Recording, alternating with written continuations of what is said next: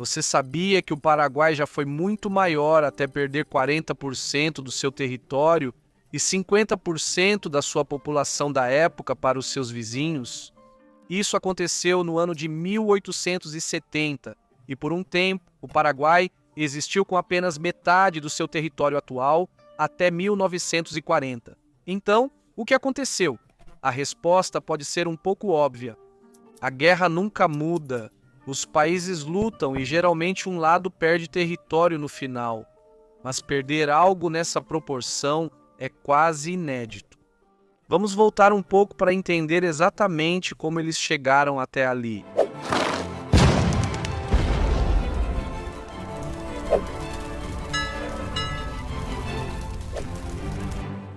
Desde que se separaram de Portugal e Espanha no início dos anos 1800, os novos países da América do Sul não herdaram exatamente um continente pacífico. O Império do Brasil e as recém-independentes repúblicas hispano-americanas imediatamente se viram discutindo sobre onde terminava um país e começava o outro.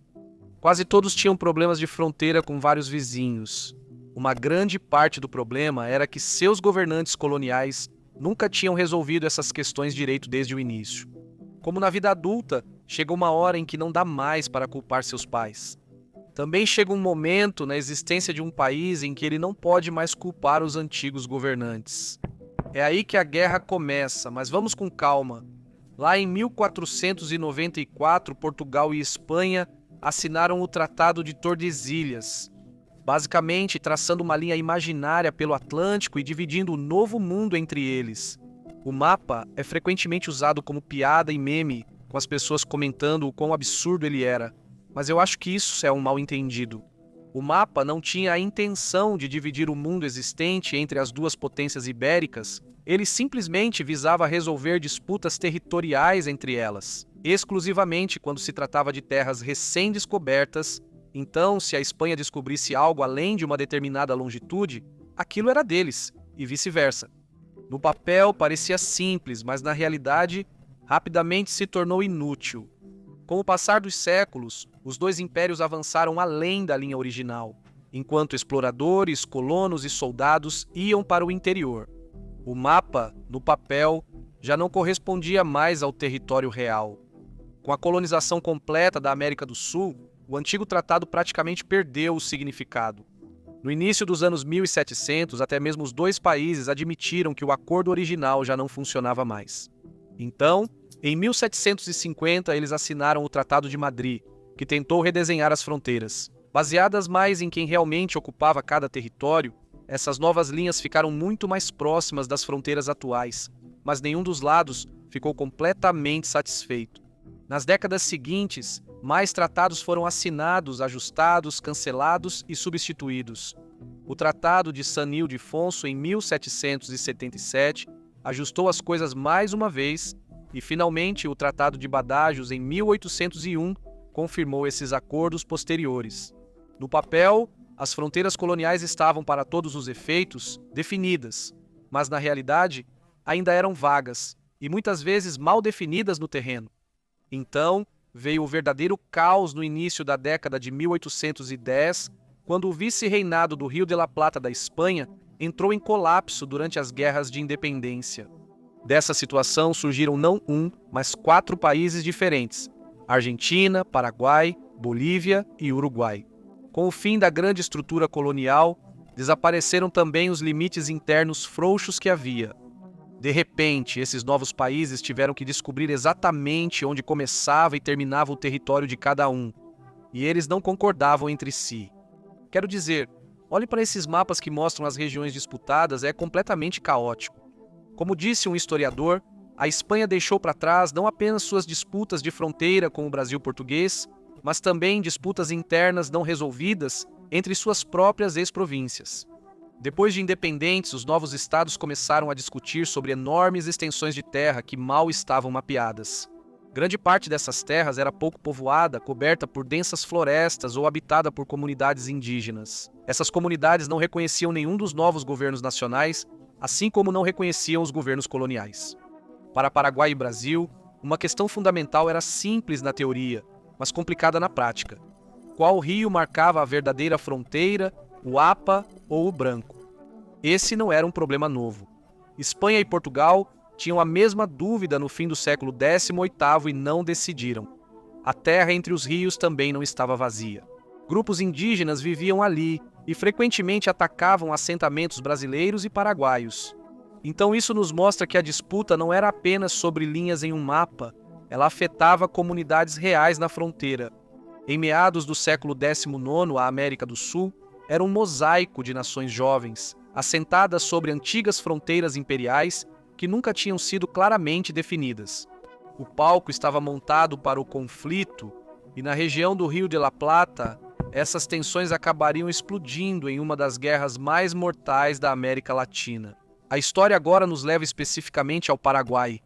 Existem diferentes interpretações sobre as causas da Guerra do Paraguai.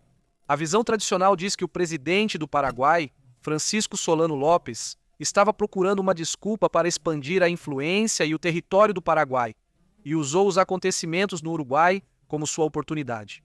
Outros afirmam que era mais complicado que o anterior. Disputas de fronteira, rivalidades entre o Brasil e a Argentina, interferência constante na política do Uruguai e o Paraguai tentando defender seus aliados, tudo isso contribuiu junto para que isso acontecesse. Mas é importante entender o que exatamente estava acontecendo no Uruguai, porque pode-se argumentar que o Paraguai tinha um bom motivo para se sentir desconfortável. Brasil e Argentina enfrentaram reivindicações territoriais em épocas distintas, e ambos já intervieram fortemente nos assuntos do Uruguai.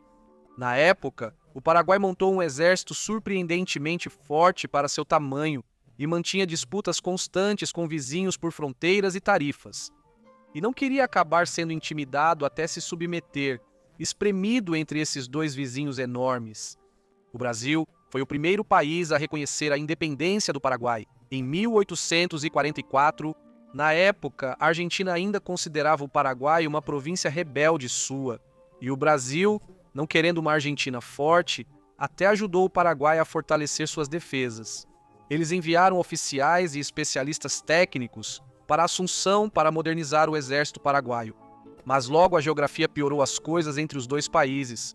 A província interiorana de Mato Grosso, no Brasil, não tinha uma ligação terrestre fácil com o Rio de Janeiro.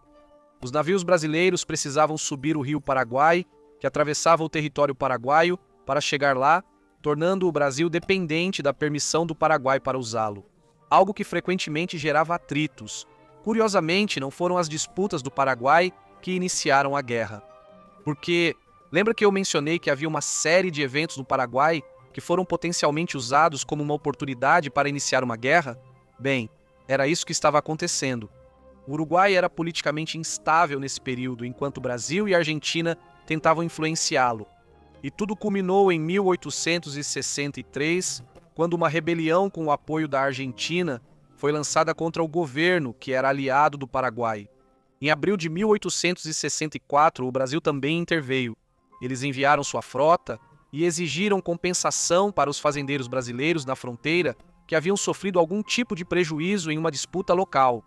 Não tanto em oposição à influência argentina aqui, mas numa tentativa de, junto com eles, esmagar e potencialmente dividir o Uruguai. O Brasil chegou a emitir um ultimato: cumpra ou enfrente uma invasão.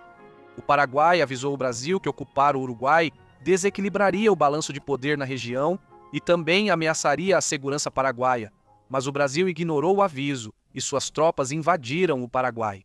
Como resultado, o Paraguai rompeu formalmente as relações diplomáticas com o Brasil e depois entrou em guerra ao capturar um navio a vapor brasileiro no Rio e invadir a província brasileira de Mato Grosso. Ironicamente, Brasil e Uruguai resolveram seu conflito super rápido em 1865 e agora o Paraguai estava preso em uma guerra com a Argentina e o Brasil por causa de um aliado que já não tinha mais. Não só isso, mas o Uruguai então mudou de lado e formou uma tríplice aliança com a Argentina e o Brasil contra o Paraguai. E no início da guerra, em 1864, o Paraguai estava enfrentando não um, mas 3 inimigos. Eles realmente pareciam bem fortes. No papel, as estimativas variam, mas o Paraguai podia mobilizar cerca de 60 a 80 mil homens no início, um número enorme para sua população. Tinha posições fortificadas, um exército permanente disciplinado, alguns canhoneiros fluviais. O país também era relativamente centralizado, então podia agir rapidamente. O problema era a escala. A população do Paraguai provavelmente era inferior a 500 mil na época. Havia pouca indústria, quase nenhuma manufatura pesada, e com o aumento das perdas, faltava reserva para recorrer. A Tríplice Aliança tinha uma capacidade de longo prazo muito maior. Só o Brasil acabou mobilizando mais de 100 mil homens ao longo da guerra e tinha a marinha mais forte da região. Isso se mostrou decisivo. A Argentina contribuiu com dezenas de milhares de soldados e, na verdade, detinha a liderança das forças conjuntas. Eles controlavam rotas fluviais importantes e, junto com o Uruguai, cujo papel militar foi bem pequeno, tinham populações e bases econômicas muito maiores. Mesmo com grandes perdas, eles conseguiam repor, ao contrário do Paraguai. Em 1865, o Paraguai ampliou o conflito ao invadir Corrientes, na Argentina, e por um tempo parecia estar vencendo. Mas um grande ponto de virada estava por vir na Batalha do Riachuelo, onde a Marinha do Brasil destruiu a frota do Paraguai e conquistou o controle total dos rios, isolando estrategicamente o Paraguai e transferindo a iniciativa para a Tríplice Aliança. A partir daí, os combates passaram para o território paraguaio. Houve batalhas enormes e brutais, especialmente a de Tuiuti, em maio de 1866. Isso continua até hoje. Uma das batalhas mais sangrentas já travadas na América do Sul. O Paraguai lutou ferozmente e em Curupaiti, mais tarde naquele ano, chegou até a impor uma grande derrota aos aliados. Mas esses foram sucessos temporários.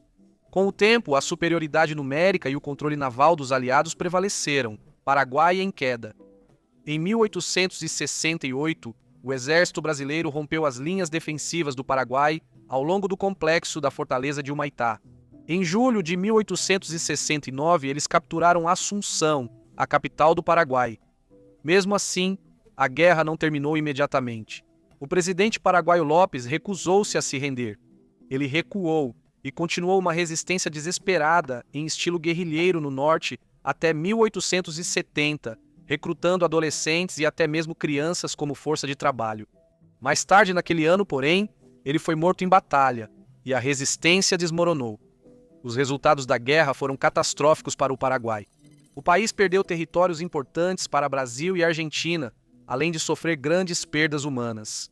Estimativas modernas sugerem que algo entre metade e talvez mais da metade da população do Paraguai morreu durante a guerra, com uma perda especialmente extrema de homens adultos. A economia do país foi devastada, sua infraestrutura destruída e ele permaneceu ocupado por anos. Agora era um país minúsculo, espremido entre muitos outros. Se você conhece o mapa da América do Sul, sabe que o Paraguai, apesar de pequeno, não é tão pequeno assim. Eles recuperaram algum território, mas não o que perderam, apenas conquistaram mais em outro lugar. E quer adivinhar como? Isso mesmo, outra guerra, mas dessa vez eles venceram.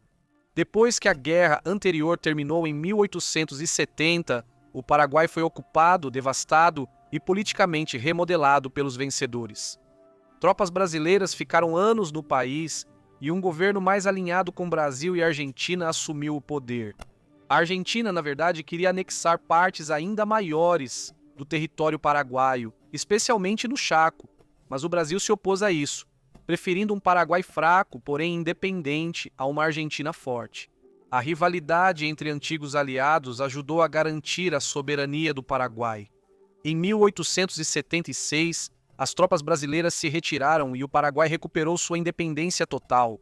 No início do século XX, a atenção se voltou para o norte, para a região do Chaco, uma vasta área seca reivindicada tanto pelo Paraguai quanto pela Bolívia. E as tensões acabaram levando à Guerra do Chaco, que durou de 1932 a 1935.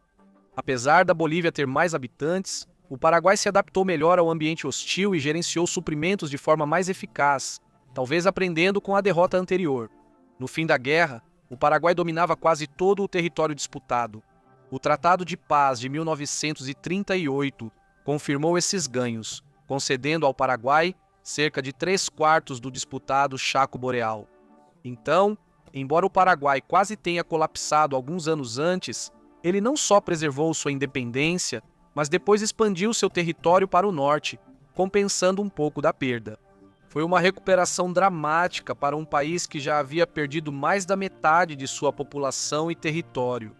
Ainda não é tão grande quanto já foi, mas pelo menos sobreviveu.